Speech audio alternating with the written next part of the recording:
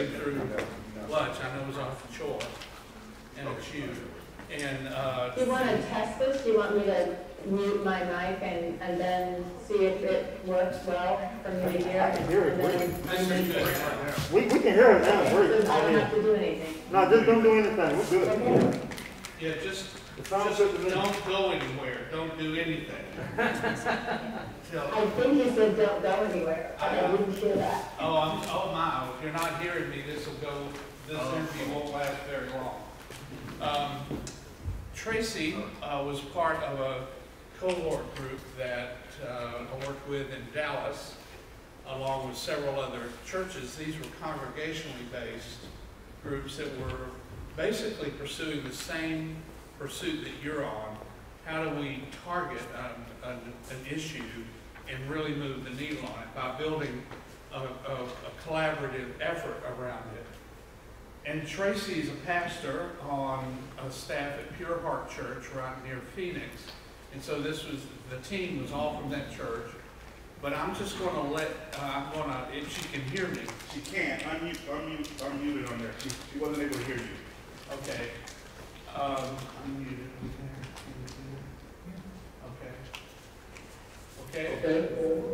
No, we're right back to that same problem. That's why it's muted. Yeah.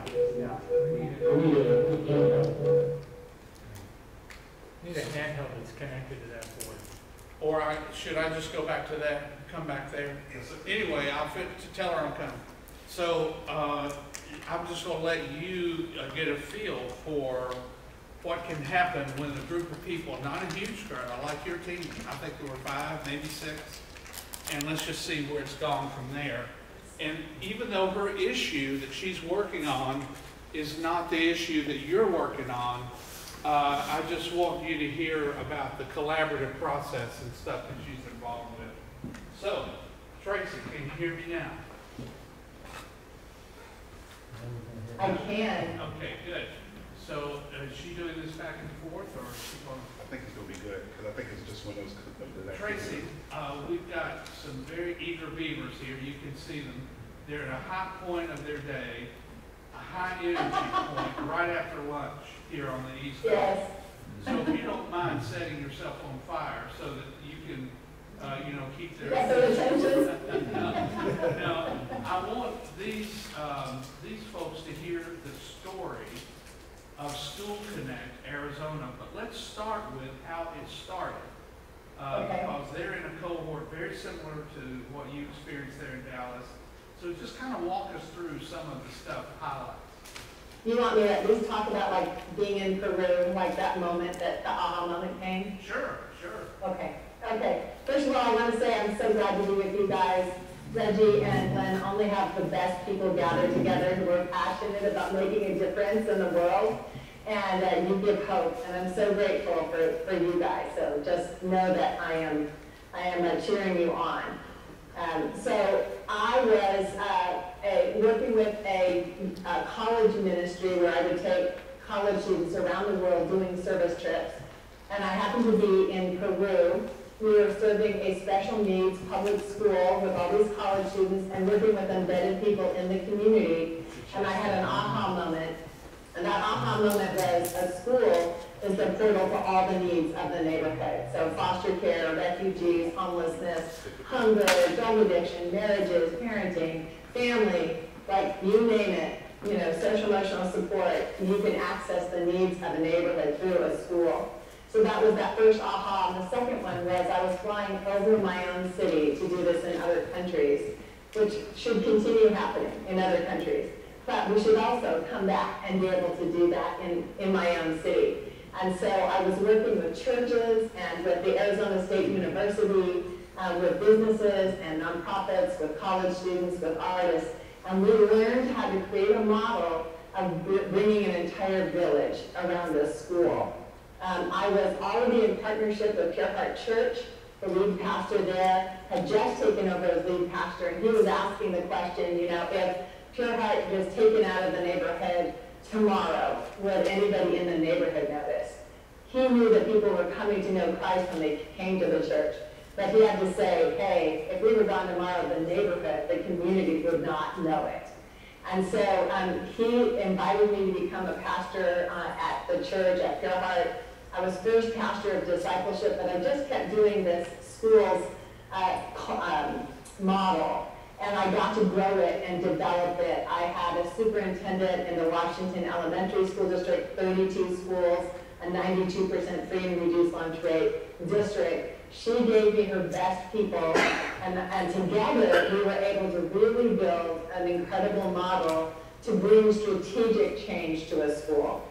Do you want me to talk about the model yet? I want to interrupt just long enough Please do.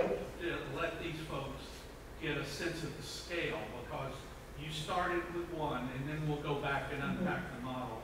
But tell us what you're engaged in now with your organization that's called School Connect Arizona. That's right, that's right. So we have helped partnerships develop in 700 of the schools of Arizona. We are now spreading into rural areas.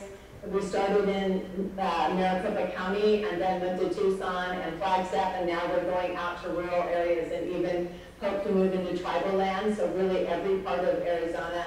What's great about it is because of COVID, we've worked hard to get all of our tools and resources online. So that means that we can help this happen any place in the state. And then we've also started the model in Lafayette, Louisiana, San Antonio, Texas, Madison and Appleton, Wisconsin, Oklahoma City, Oklahoma, Tucson, Arizona, Modesto, and Orange County, California. So tell me about how many, because I know you have like a fall event that, what is that fall event called? Yeah, so we have a Love Our Schools Day that happens every fall. And the mission of our Love Our Schools Day is to help get the community inside schools, because 70% of community members don't have children in those schools. And so we're trying to build a positive relationship, so we see it as a runway to get all those community partners serving on a Saturday morning. And we had, the last time we were able to do this in person in 2019, we had 10,000 volunteers, so 265 schools and 32 school districts, which was beautiful. It was the kind of thing where not only were all the churches involved, but the neighborhood association was involved. Soccer teams from the high school were also serving the middle schools that were feeding in. So it became really, we are doing this, the whole community. So not for the school, but with the school, if that makes sense, yeah. Over 10,000 volunteers. That's a lot of Chick-fil-A. What about your ongoing engagement? Now, you mentioned 700 schools. That's about, what, a third of the number of schools you have in Arizona? Yes, there's over 2,200 schools in Arizona. So you're on your way. Your goal is to be able to touch It every is. one of those. It is, And yes. how many districts is that? There's 220 school districts in the state of Arizona. 58 are just in Maricopa County. So there's 1,148 schools in Maricopa County with 58 school districts. We're engaged with all 58 of those.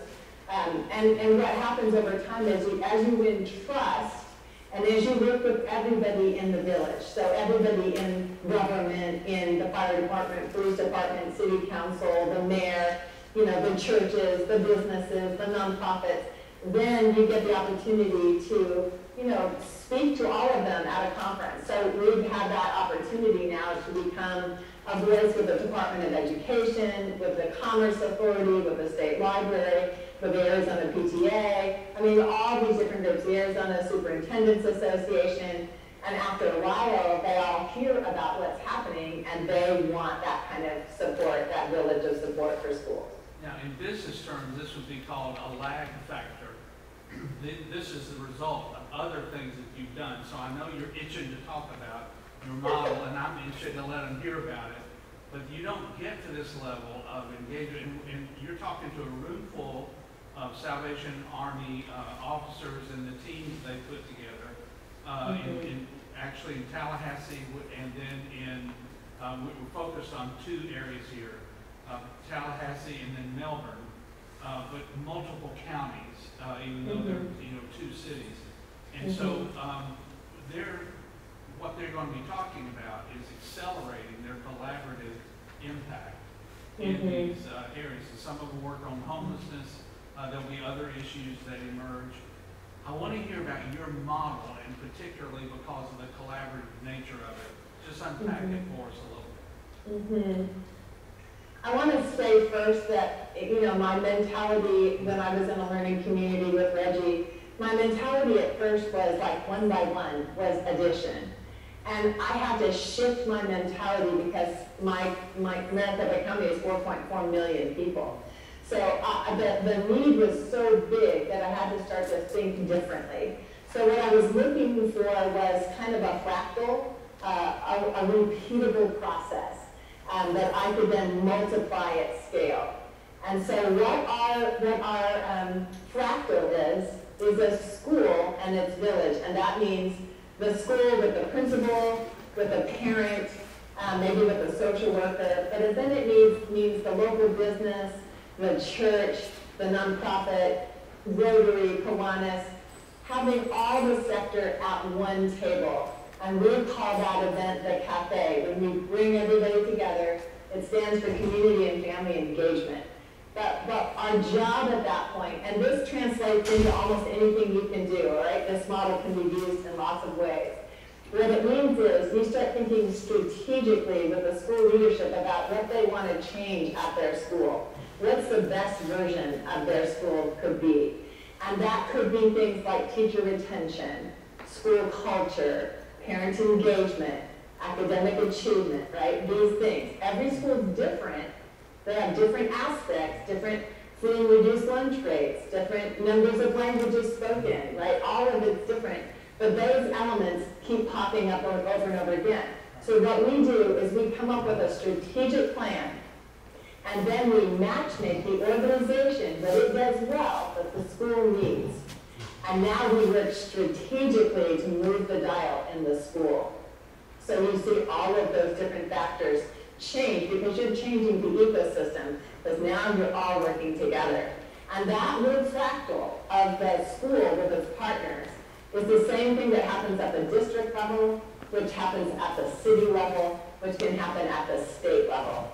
So we have catalytic events that are able to push that forward, and it works anywhere we are. Tracy, would you have a cafe? You know, is that at a designated place? You have multiple schools on the same day, or is it, you know, one school at a time? How do you get that done? Yeah, and so we started with one school, then we went to 6, then we went to 32, so we've had a cafe for all 32 schools of a district. But what's more common is that we go into a district and have 2 of their high schools and all the feeder middle and elementary school, so maybe 20 at a time. Or maybe if it's a smaller district of only 12 schools, you have them all at one time. Every principal has their own table, and now you're strategizing who to bring to the table. And so sometimes those will be organizations like a large church, or even a large organization like Salvation Army, or a business, where they would be at several tables, right? But then there are also going to be like really local businesses, the restaurant on the corner, you know, that you want to engage with.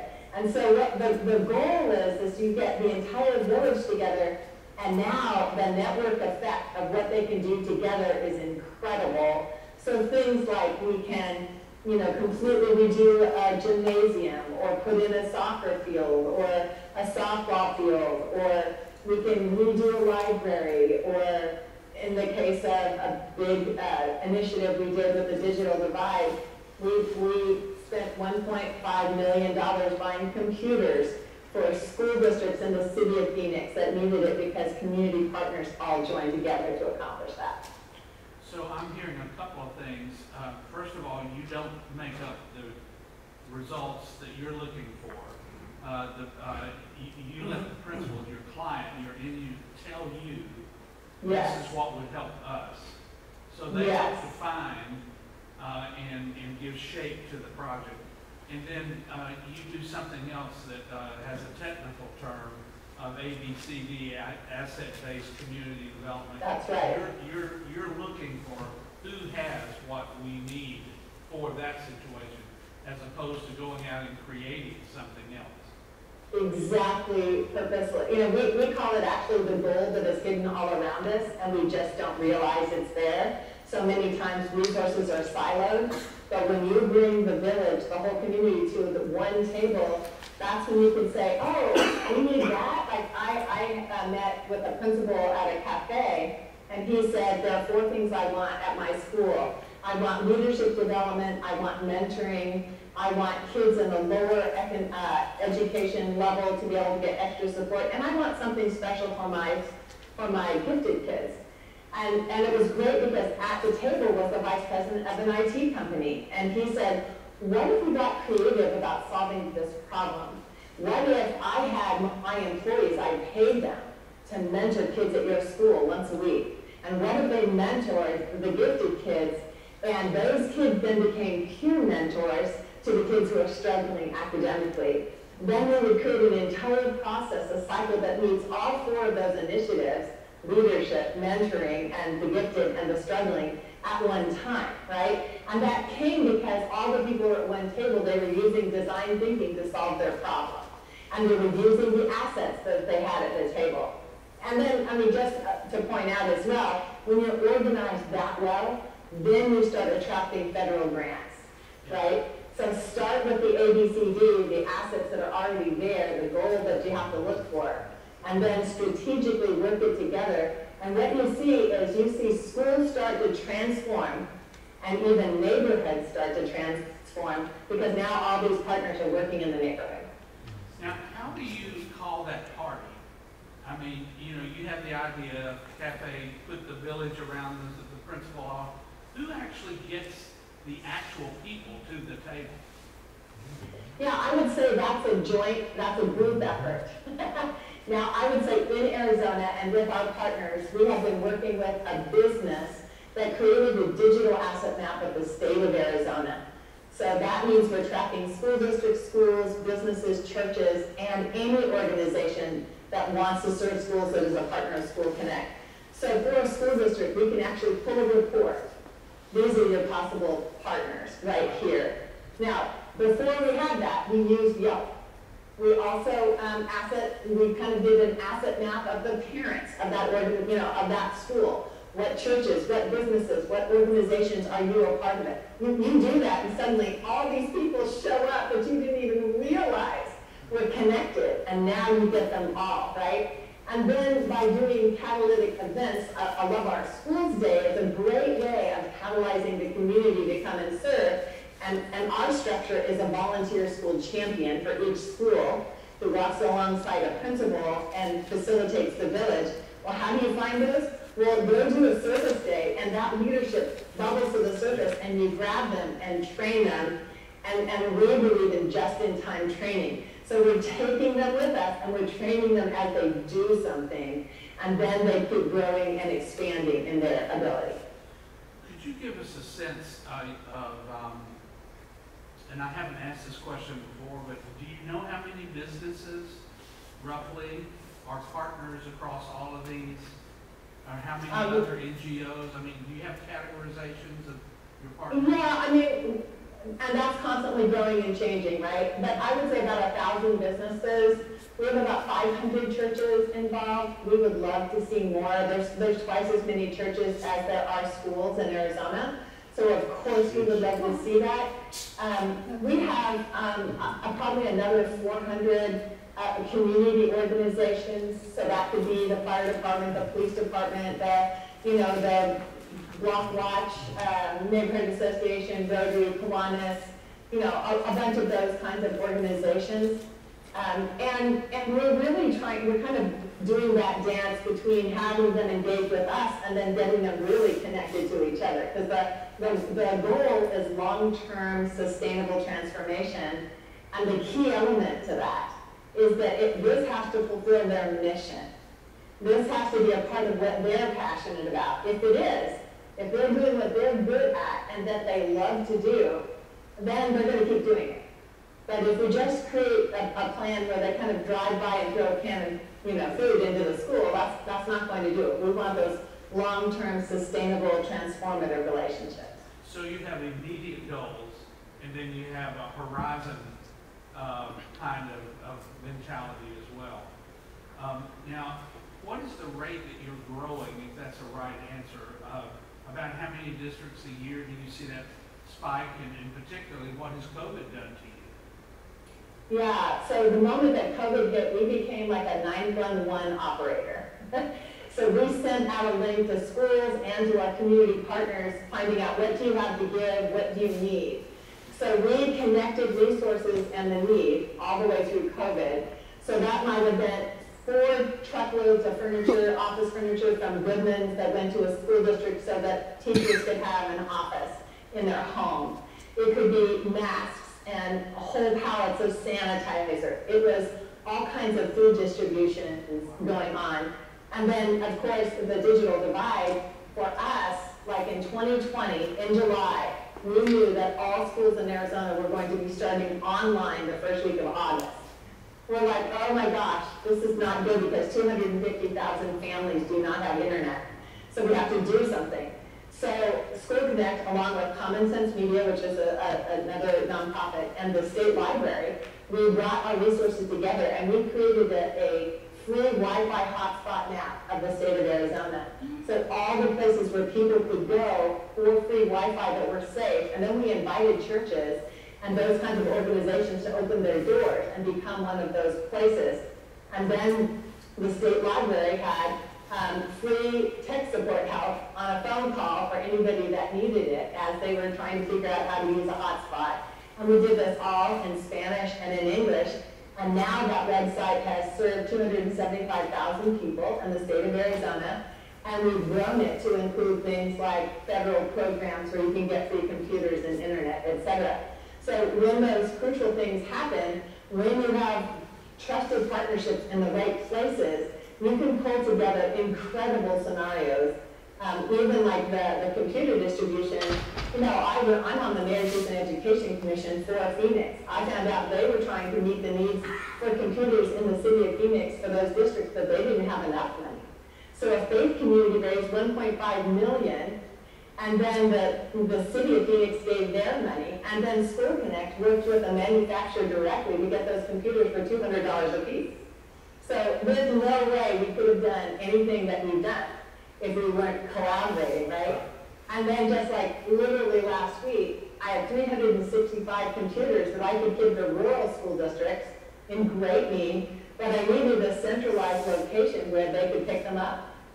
And the Department of Education said we would be honored.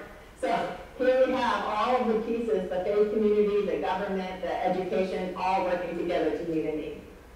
Instead of everyone reinventing the wheel and serving 5 people, well. Now, what is your web address? SchoolConnectAZ.org. SchoolConnectAZ.org. And on that site, folks from here could see the kinds of grants and the kinds of collaboration. Some of the secret sauce is evident there, but you're giving us the behind-the-scenes stuff. Now, you spend most of your time these days doing what? I'm building teams of people and training and coaching. Yeah. That's really what I'm doing. I just started a podcast, Reggie. I'm going to have you on it. I can drive your listenership through the ground. I can make sure that podcast doesn't work.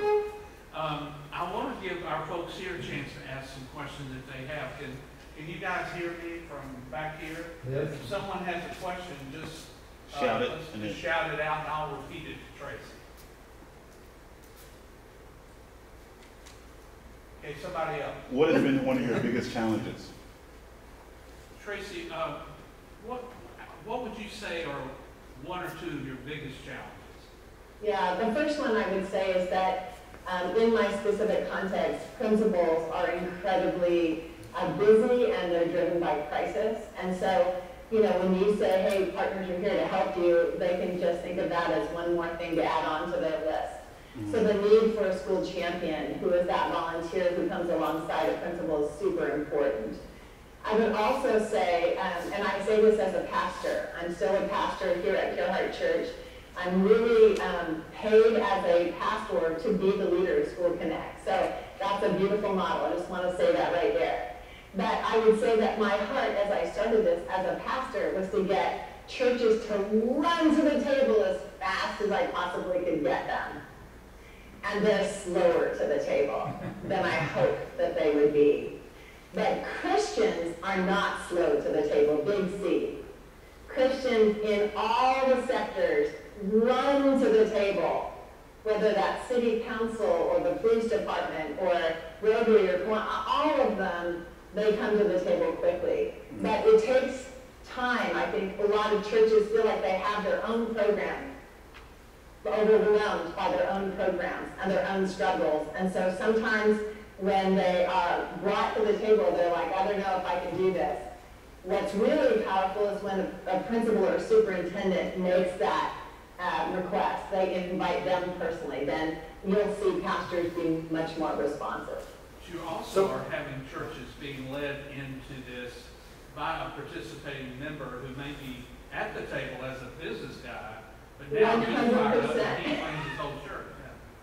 Yeah, and you know, like on Saturday, we just hosted a big event where normally we would have done that at an arena at a local university, but they did not have that available to us this year. So a beautiful large church opened their facility to us, and we had 41 nonprofits and businesses with tables at this huge event where we had several hundred educators and parent leaders come and get connected for partnerships, right? So that church just, you know, they've been learning from School Connect. They're one of our partners, but they took it to a whole different level now, and they're having a different realization. Yeah. Is there another question? Yes. Tracy, when you get them running to the table, what fuel do you use to keep them running? Could you hear that? Partway. Maybe repeat it. He said this is the best Zoom interview. One part of it. He just wishes more people would do it this way. But the subtext of his question was, when you get them running to the table, how do you keep them running to the table? What's the stickability, sustainability factor? Well, first of all, we're training and coaching them how to do this. And then we really are encouraging the village and the principal to meet quarterly. So that's what keeps momentum going. So what you've created out of the cafe is an engagement plan for the year. So now this church is providing a meal for parent-teacher conferences, and this business is providing STEM kits for that hands-on activity, and this nonprofit is doing this after-school program. So when you get together each quarter, you look at what you accomplished together the last quarter, what are you doing in the next quarter, you're celebrating, and you're really being honest about whether you're moving the dial. If you're not engaging parents more or retaining teachers, then you have to adjust, right? You have to actually figure that out. So what happens is that little village becomes an owner of how beautiful that school can become. And they start seeing everything change, and they get more invested and more invested. Yeah. So that's one of the answers. And the other answer is School Connect continues to have catalytic events. So in the fall, it's Love Our Schools Day. In January, we have a summit. In 2020, we had almost 1,000 leaders at round tables according to school district. So that was a huge galvanizer. Then we did Teacher Appreciation the first week of May. So those events help all of those villages around schools participate in something that becomes a statewide initiative. Any other? Got time for one more question.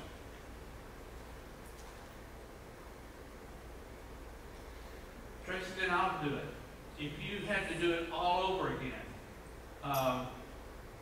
what is something you learned early on that you maybe would do differently this time around?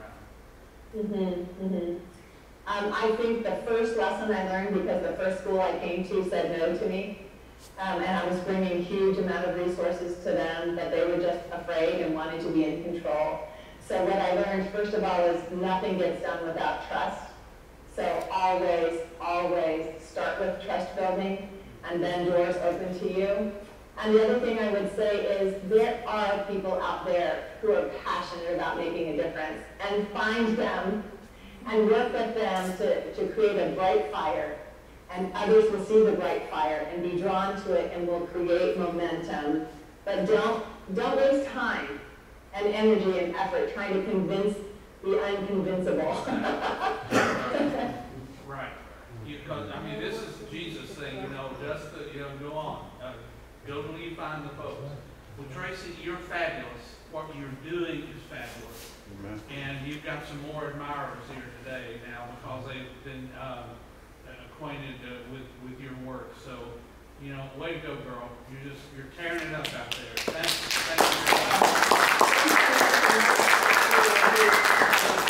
You guys, I just love it. So more power to you. I'll be praying. Okay. you, Tracy. All right, Bye. Bye-bye. I'm just by you. We've got about 10 minutes here that I can. What do you take away from that? Let's just popcorn, an aha or an insight. Don't accept no. Yes, exactly. What else? I really like the don't try convincing the unconvincible, because I mean there have been many groups I've been involved with where you're begging for volunteers and you gotta beg them, and they're probably not people you want working for. That's right. By the way, a new partner survey, it doesn't matter if it's where it gets, well, it does, but anyway, the number one motivator for volunteers, number one motivator is they believe they're making a difference. That is it. And if you can't tell them that, then they don't know that. And that's apparent. What else? I love that, what you talked about with building trust. Yeah. That was key. Yes.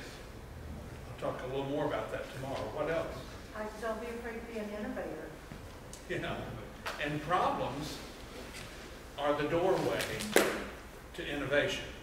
I mean, if we know how to do it already, yeah. What else?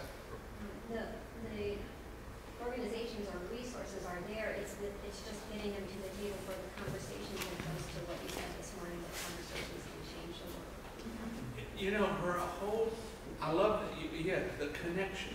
And that's why she calls it a school connect. It means that whole notion of just linking resource and need. It's brilliant, brilliant. What else? She should move to Florida. What is so fascinating is I'm working in 2 states right now that are, because we've really encouraged Tracy to get this down where it is replicable. What you can't reproduce is a passion like hers. You've got to find the person, you got to have somebody at the center of that thing that eats, lives, and breathes it. And that's her. I mean, she just, when God got hold of her about this, he just didn't let it go. But other than that, these kinds of processes of getting people to the table, cross-domain, government, business, other NGOs, all that stuff. And again, the Salvation Army is so magnificently positioned to do this. On your advisory board sit folks from all these domains. They're already, they're already there. And when I think about calling the party, that's what Tracy's doing.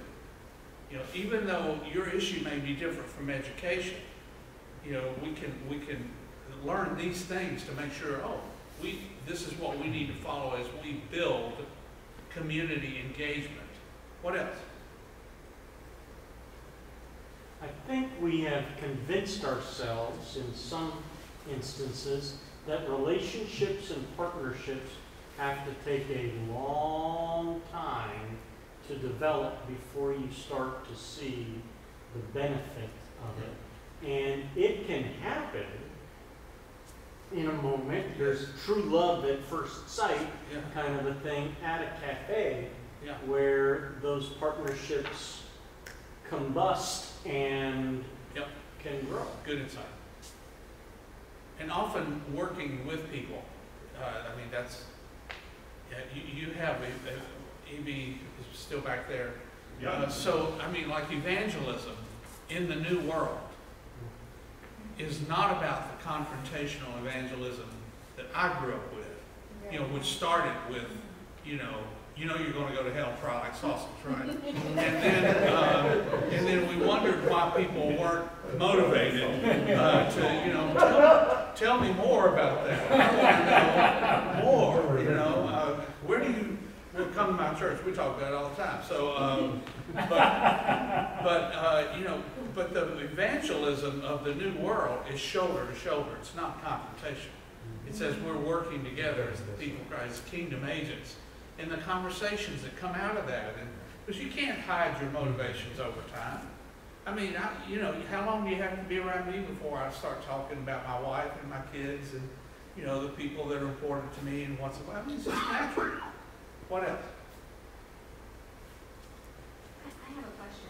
Sure. She used the word refractal? Fractal, not refractal, but fractal. And a fractal is the irreducible element. For instance, this is not precise, but I'm just using some, like that's the fractal of every fern on the planet. The irreducible structure. And that's not it. I'm just making that up. But I mean, someone actually can do that. You know, and Frank Lloyd Wright would take a design element and he would scale it up, scale it down, you know, throughout his home. So she's talking about the essential, what is the fundamental, essential, non-negotiable that would, if you change that, it would change the whole firm. Does that make sense? It doesn't have to. Don't let me go till I make sense. It's kind of a engineering term, but also a, I don't know. You know, kind of like a core element that everything is built on, or something. Yeah, but it really is. Yes. It can be physical in some senses, like this, but in others, it's principles. What would be the core principles that make that what it is? But it's always something that is scalable. It goes up and down. Individual, for instance, I think there's a spiritual preparation fractal that works in you, but it works in a class, it works in a group, it works in a congregation. You know, and when I do the coaching around that, I have those 5 elements. What else? There's something that she pointed out that I think is really critical, and it's about the move of prepositions in collaboration. You move from in to for to with.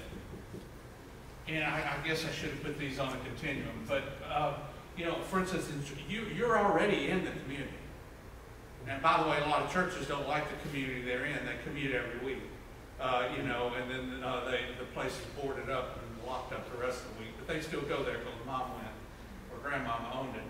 And then but then once you get those congregations get a little bit of a sense that, oh, we're supposed to be actually doing something, then they start doing stuff for the community. Well, that's not bad. But the real incarnational piece is once you get to the with. And the difference between for and with is the difference of collaboration. This can be coordination, this can be cooperation, this can be what ministerial alliances do when they get together and decide how to bless the lower 40, you know. But this requires a collaborative effort. And Glenn is actually going to talk to us about how do we get at some of the information or insight or whatever in our communities that help us move to position us to be more with as we're thinking about how we want to impact our communities. Glenn has been working with churches and with leaders for 437 years. Wow. And you know, he is. If I pull down a map of the United States of America and I threw a dart and hit a city, Glenn could pretty well tell you what's going on in that city in terms of all of the collaborative efforts and all. He is an encyclopedia of church movements and particularly city movements. And Good Cities is how old now? How many years? Well, 2007, so 14 years 14 years old since he moved from working with other organizations to found Good Cities. And he's just done remarkable work through the years. So my colleague, he's the president. I'm just the other guy. This is the guy that makes all the decisions. Come on, man. Thank you. Let's spin this around. Reggie doesn't need notes. He's got it all up here. I use an external hard drive. Say, you know, when I listened to Tracy, a couple of things stood out that I think you're going to really relate to. One is she's an innovator. You know, she's really right out there on the front edge of how do you develop these partnerships in communities that really move the needle, that produce the kinds of outcomes that please Jesus and really help the kingdom become visible to people who might never have seen the kingdom in any other way before. The second thing that I'd say about her is she's an entrepreneur. If something didn't work the first time, she didn't give up. And that's what an entrepreneur does. And I'm hoping that you came here because you'd like to have that entrepreneurial spirit. If you hit a wall, you say, well, I didn't expect that wall to be there. She got a no in the first school she went to, but she said, well, I need to do it a different way. Obviously, I hadn't built a trust level with that person. And she began to think, how do I modify what I'm doing to begin to be more effective in the schools in the Phoenix, Arizona area. And I appreciate those kinds of things. And the last thing I guess I want to note is, she said the volunteers who keep coming and keep doing it is because they love what they're doing and they've internalized it so it's part of themselves. And so Tracy encourages people to learn about their passions that are within them, that motivate them to keep going. And that's part of our job as those who are equipping the body of Christ to do the work of ministry. The idea is that they'll own it. That you might have shared it with them and you'd maybe like to take credit. But honestly, the best thing is if they take credit for it and they have the passion within them. So my colleague at Mission America for 10 years was Jarvis Ward. Jarvis is an African American from Pearl, Mississippi. And we didn't have Zoom, so we used conference calls. And after I left my work as the leader of city and community ministries at Mission America, Jarvis said, you've got to keep co-hosting these conference calls with me. And so an African American man from the South, a white man from the North, leading these calls that invited leaders like Tracy to come in on the call and to hear from other leaders. And one day, it was May 21st, 2009, we were interviewing Jim Harrington, who for many years had led Mission Houston. And Jim went on to lead something called Faith Walking, and now he's leading the Leader's Edge consulting firm. He's just doing great work. Jim's one guy that I really admire, and he's a real kingdom thinker. And we interviewed Jim, and during the question and answer time, we do a half-hour interview with key leaders, and then after that half hour, just like this here, we would have Q&A just like you just did live. Zoom creates a great atmosphere for that. Our conference calls were pretty good. They were kind of a lowest common denominator. But a man was on the call who was a business leader in Modesto, California. His name's John Evans, and John had listened to all this, and he said, Jim, how did you get to where you were with Mission Mississippi? How did that really grow? And he said, well, you can't really do it unless you have a coach with some experience who can help you get there. John said, well, we've got problems with poverty, we've got problems with addiction, our city's about 250,000, we've got crime, we've got unemployment. It's quite serious in our community here in Modesto. Where could I find a coach? And to my surprise, Jim said, well, you know the guy who's interviewing me, Glenn, you should talk to him. And with that, I entered into a coaching relationship. It's probably the first coaching relationship we had. This is 2009 with Good Cities. Although we had coached 3 other cities in a different way, this was going to be an opportunity to coach, beginning to work with leaders in the business community who were Christians and really wanted to make a difference in their community. Well, Modesto wasn't alone.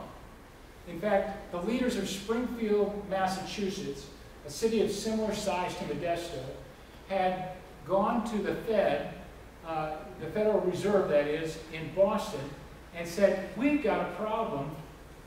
We have 2 times the national poverty rate in our city. We have 2/3 of the median family income in America in Springfield. Can you help us understand what other cities like us are doing about this? And so the Fed being the Fed, they did what they could do. They began to look at the history of all the data they had collected over the past 50 years from 1960 to 2010. The Fed was working with Springfield just as I was starting to work with Modesto, you know. And what they did was they identified 25 similar cities across the nation to Springfield. And those 25 cities had to have a population of between 100 and 250,000 people. They had to be at least 30% employed in manufacturing in the year 1960, when they look back to the beginning, 50 years ago. And then they had to be the primary city in that MSA. You know what an MSA is? It's the Metropolitan Statistical Area. It's the center city of an area that is measured by things like the census. We have metropolitan statistical areas, and lots of the measurement in America is done on the basis of that. And when they looked at that, they found that there were 10 resurgent cities, and they called together a conference call, invited me to it, and it was actually one of the early video conference calls, and it's about 2012, and they said, okay, we have discovered that there are 10 resurgent cities in this group. What constituted success in these cities? Well, first of all, it was outcomes for the residents. Were they doing well with their economic prosperity and the absence of poverty? And was there an absence of severe population losses in those cities? Next, they said the social well-being, or the quality of life for the residents. And then they measured success relative to the other 25 peer cities rather than all of America, and as objectively as possible. Now, interestingly, research showed that the key factors were not the industry mix. That isn't what made them more prosperous. Interestingly, it wasn't the demographic composition. It wasn't who the people were. And it wasn't their geographic location. But instead, what they discovered, somewhat to their surprise, was the spirit of collaborative leadership in that city. If they had a high level of collaborative leadership around a long-term vision for their city, that city prospered well above the other cities. And so, although Modesto wasn't alone, they weren't out of the woods yet either. And some of the key lessons included that if you want your city to prosper, you've got to recultivate the downtown in the city. So dealing with the homeless issue, like you're doing over in Melbourne, is a key issue for having a city that prospers. How do you deal with the homeless? The second thing was that they said sustained progress really requires a long-term vision, and that vision can arise from any one of 7 different channels of influence, any domain in the city. And so as we're looking at these key lessons, what you might look at is there are channels of influence that come through the major domains in the city: commerce, government, religion, education, charitable nonprofits, healthcare, philanthropy. And if they get involved with one another, they bring different gifts to the table. So cross-sector collaboration is especially important, because that's how you begin to deal with complex issues in the city, is when you begin to identify the issues that people often can readily see and begin to come up with solutions that may be just fitted to that local context, because it's local leaders who get involved. Interestingly, your churches have people who are leaders in every one of these sectors in the city. They're already involved as Christians in your churches. But sometimes they don't feel as though their training and calling is being affirmed as holy unto the Lord, as something that they can do as part of their discipleship journey. And so part of what we need to do as leaders is to begin to draw out their calling and help them apply it in their lives. So sociologist Roland Warren, in 1965, wrote a book called Surveying Your Community. I bought it dutifully when I was part of an ethics class at Gordon Conwell Theological Seminary. My professor of ethics had said, buy this book. I said, okay, I bought it, put it on my shelf, did not look at it until I was about to complete my first pastorate. Then I looked at it, and it was filled with questions that you could ask leaders in your community to better understand how your community works. 1965, it was a little dated. I went into ministry, I was ordained in 1984. So, it was already pretty dated material. But when somehow I managed to work my way through the book, and I got out to about page 350 or so, which is amazing. It's a difficult sociology book. And he talks about participation, action, research in that section. And so I began to think about, for Modesto, what would it look like if we put together a discovery and engagement process that leads to knowledge of what motivates people from the inside out so they get long-term commitment to something, that builds relational equity and then helps lead to decisions and actions that benefit the community. And what if we don't lead with what Reggie talked about before, and that is evangelism, but evangelism comes along the way because of our incarnational presence, walking alongside people around issues that they care about in our city. Now, isn't that what Jesus did? In every personal encounter he had, Jesus had this idea that what needed to happen was, I need to meet this person's real or felt need on the spot. That was the mighty deeds of the kingdom. Along with it went the mighty words of the kingdom in his preaching. So, in light of the Fed study and our thinking, we turned our attention back to Modesto. And at that point, John Evans gathered together 10 leaders. I asked him to gather 10 leaders. And I said, John, what if we go out and begin to ask people certain questions that draw out their internal motivations and begin to show us what they really care about in the community, and we begin through a one-on-one interview process. What if we begin to help them come to a point where they're willing to collaborate with one another, even people who aren't like one another? If they identify some of the issues, what if we help them and give them a forum to find out what's currently being done in the community about issues they care about, and then bring in their new ideas to work with those things and begin to shape it in a new way? And so when we began to do that,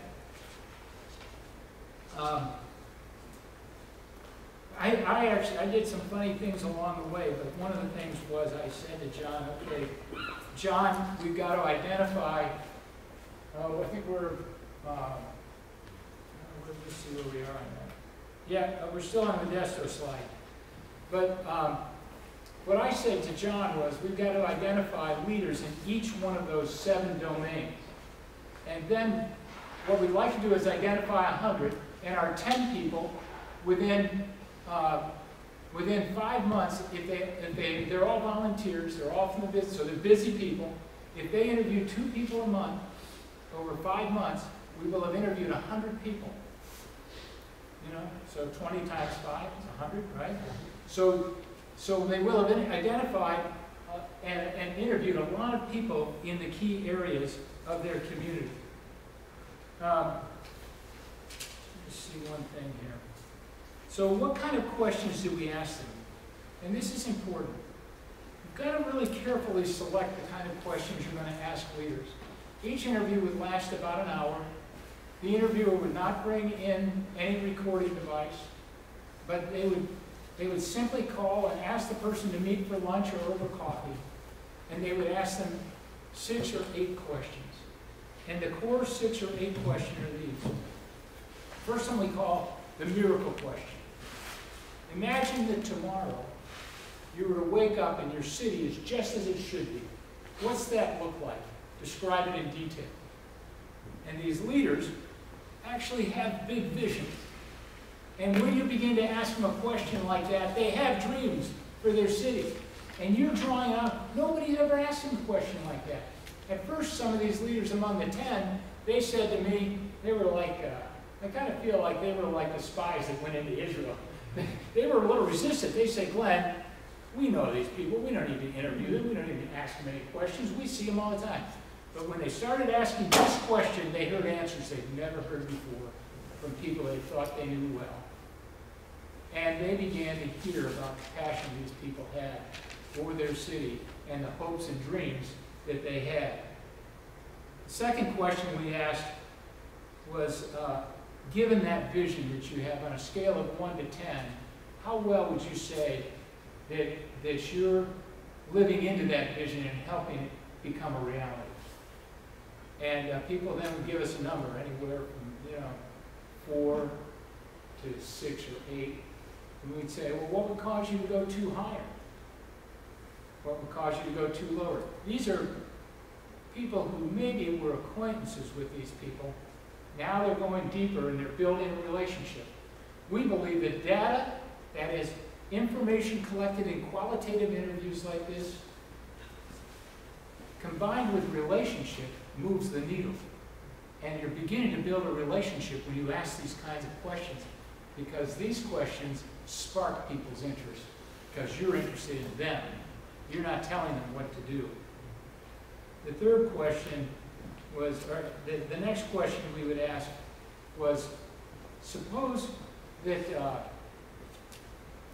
we'd ask them this, we'd say, what do you believe are the 3 most pressing problems in our community? So now we go from their dreams and hopes to the obstacles they face. And these people would then name those things and we'd say, what would you do to solve them? Now we're getting them to think with us about bringing solution to it. The next question was this one. All right, suppose there are other people we interview. You know we're interviewing 100 people. Suppose other people name the same issues you name. Would you be willing to collaborate with them to discover what's being done currently in our community to address this, and then maybe where some gaps exist? And 80% of the people said yes. We'd be willing to collaborate with others and find out what's being done. And then the next question we'd ask, sometimes we didn't have 100 in some of the communities we've done this. Now we've done this in 10 different communities around the country. We'd say, we're trying to interview 100 folks right now. We have maybe 60 or 70. Is there anybody you'd recommend? And would you be willing to make an introduction? And then finally we would say to them, at the end of this we're going to have a written report, and we're going to have a meeting, and you can invite your friends and relatives out to that meeting if you'd like.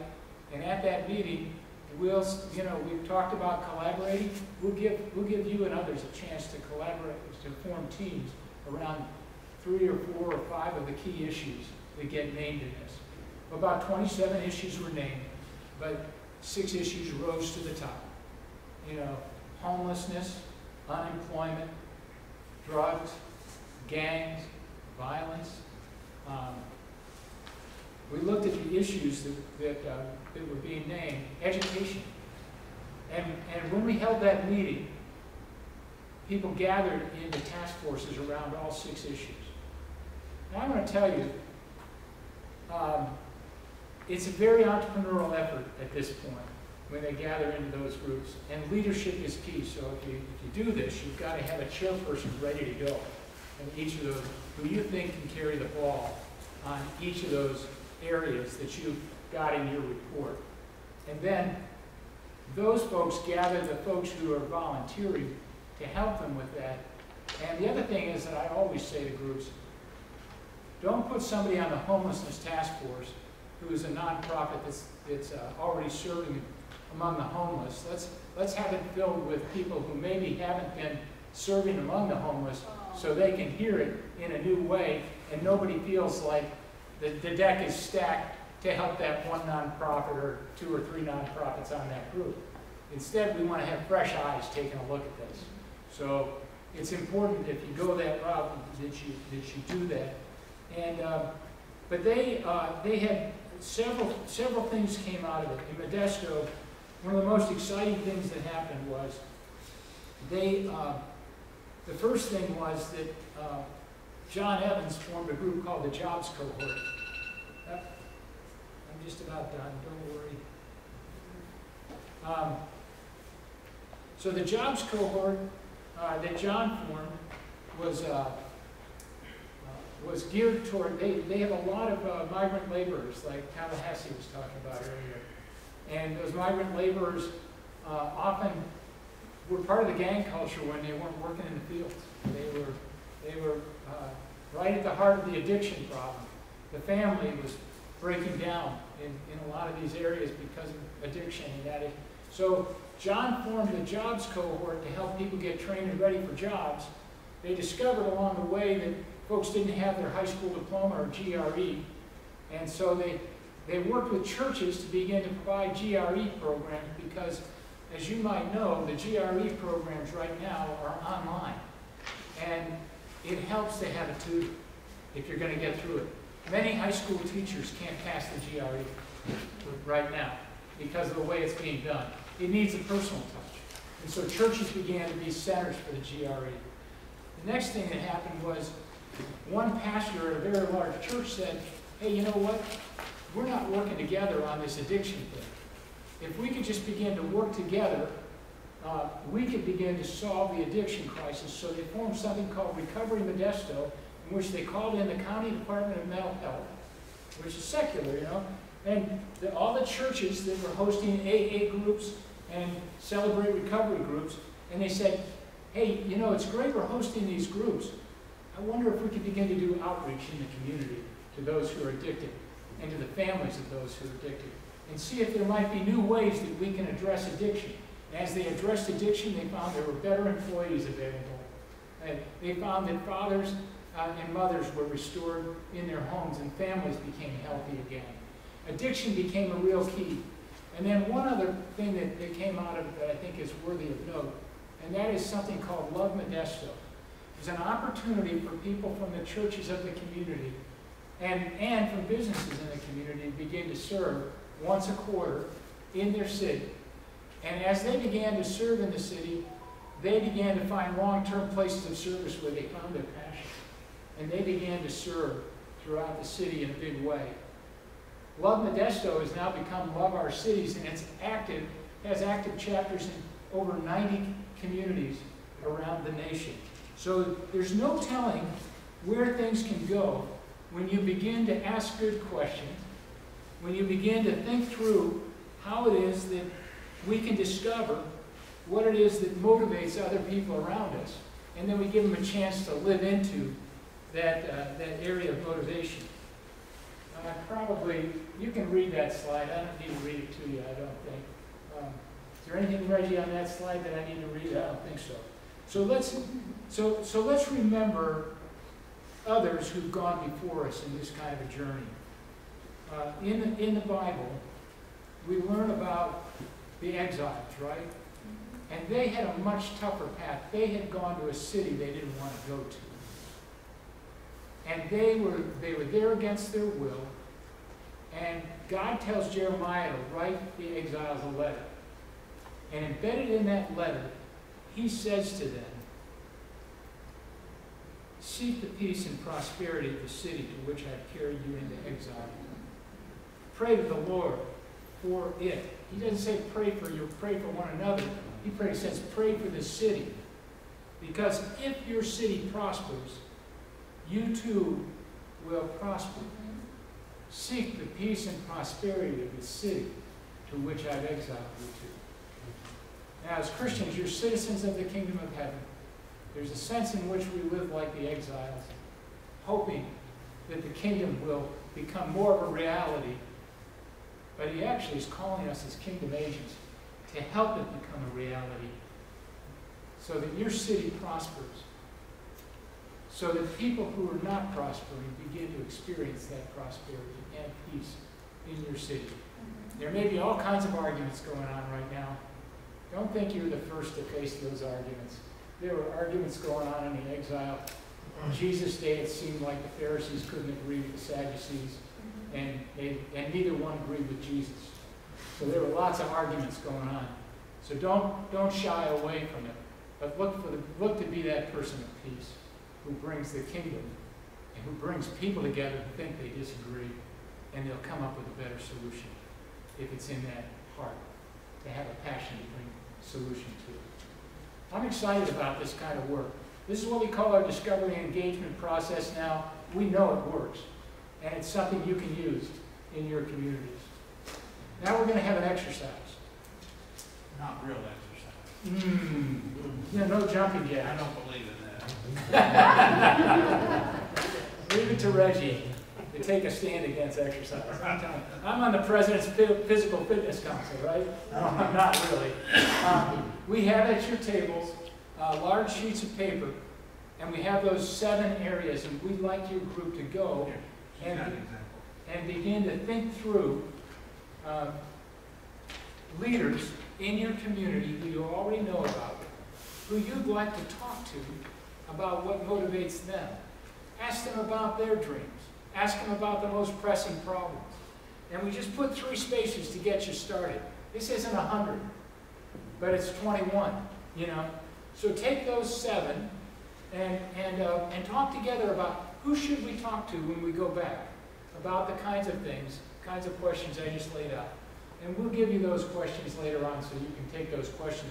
Don't worry about memorizing those or trying to write them down. We'll make sure you have them.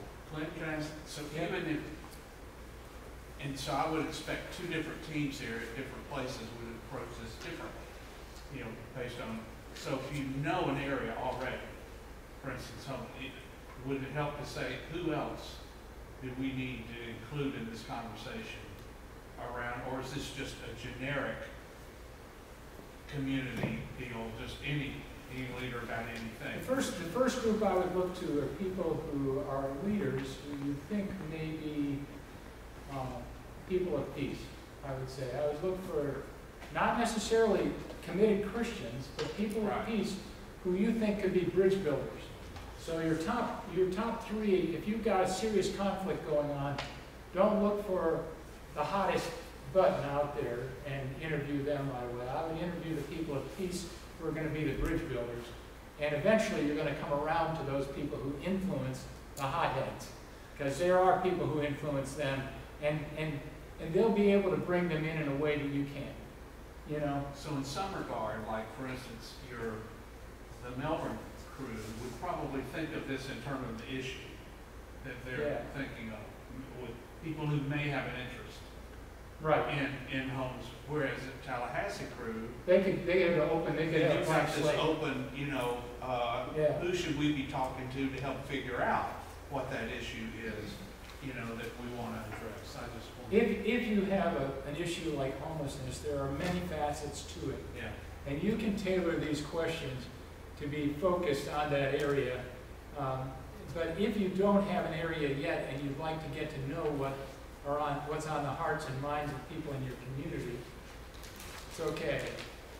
Do that, and then it will give you direction as to how you might call together a coalition of the willing. The other thing I would just say about that is, if you're asking these kinds of questions to people, be careful not to insert your own opinion too much, or just really try to draw them out, and it'll be a good experience. But I was thinking in terms of this exercise, in Yeah. terms of figuring out who to put on the sheet. Okay. Yeah. Let's go. So why don't we go into our teams, we'll begin to draw who's on those sheets, and then We'll have a we'll break debrief after after this. that. You've got about 20 minutes for this exercise. So that's the beginning of the Work exercise hard. anyway. We, 20 minutes, get down. 21 minutes. Yeah, we can do that. Let's do it.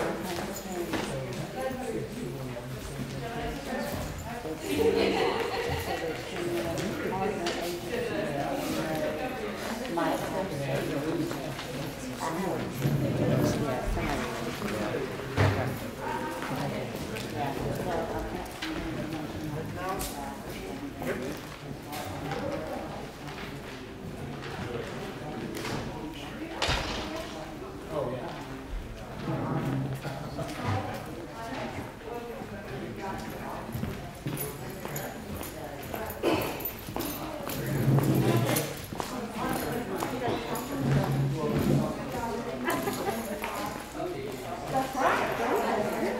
It's a psychological drug.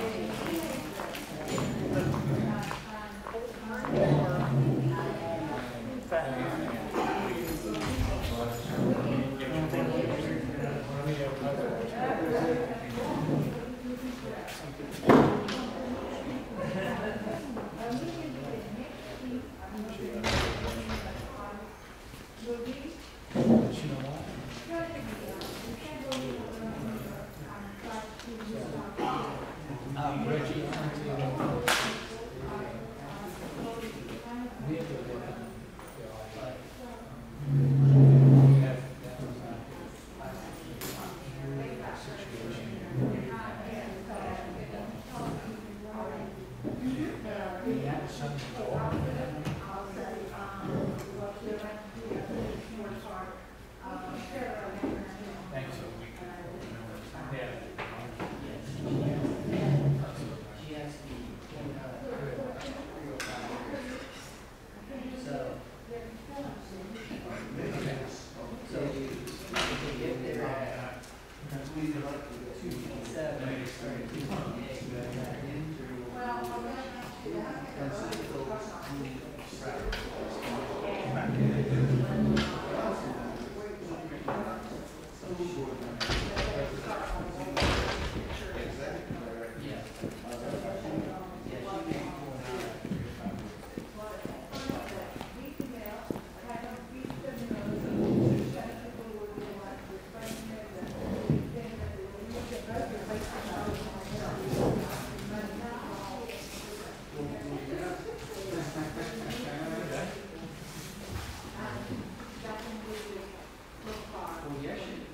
There's a long stretch there.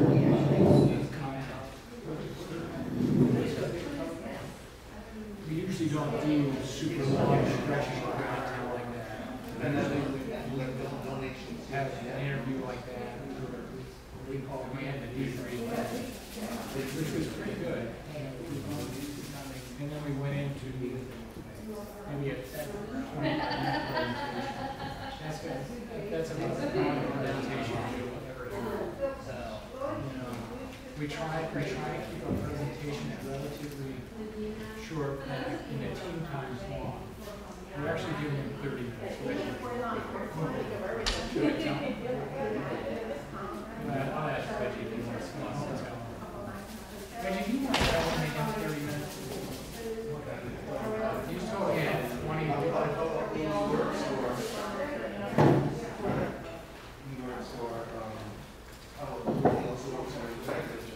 Thank you for giving me that at the very end.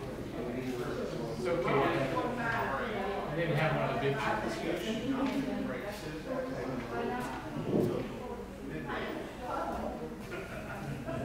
Because you're giving them a lot. Good. Thank you for saving one.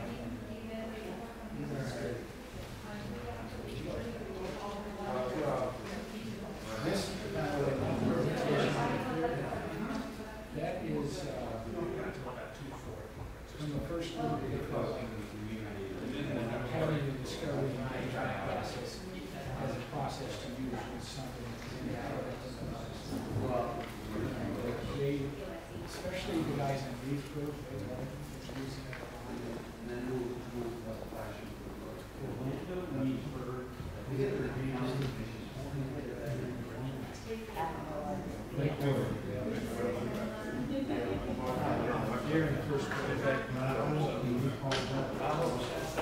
That's everywhere we use this. They start the engagement process.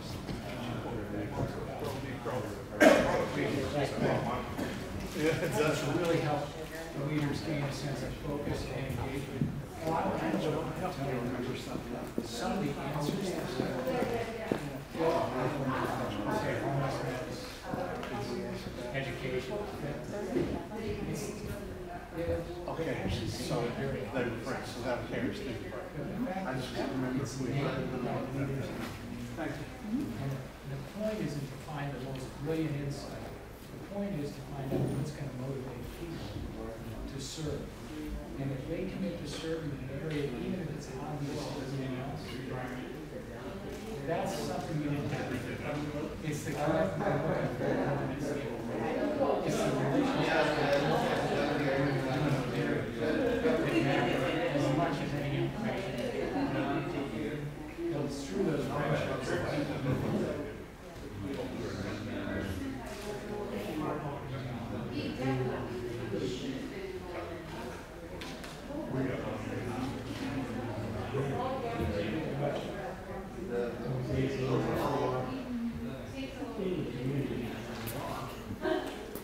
Gotta love it.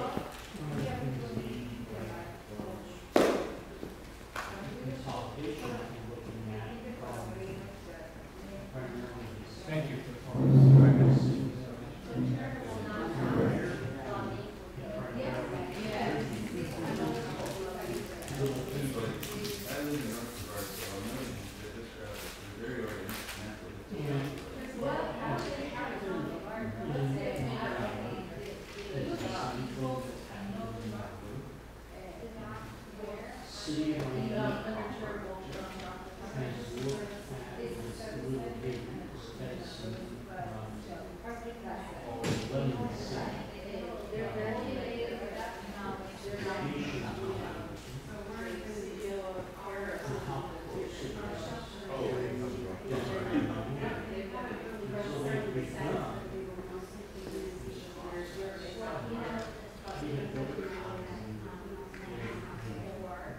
No, I wasn't going to email. I wasn't going to email.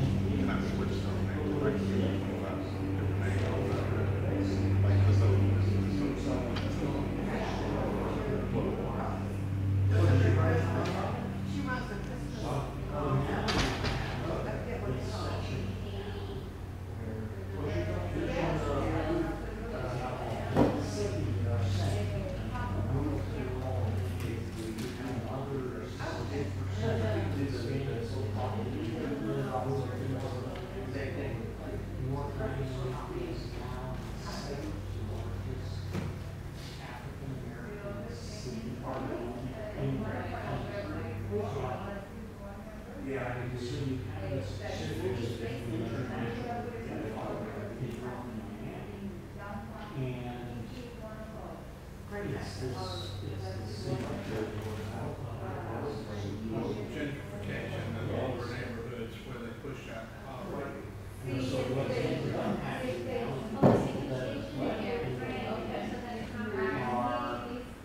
are seniors and your new arrivals, right? People who are just coming into the country, they show up because of at home. And then as they begin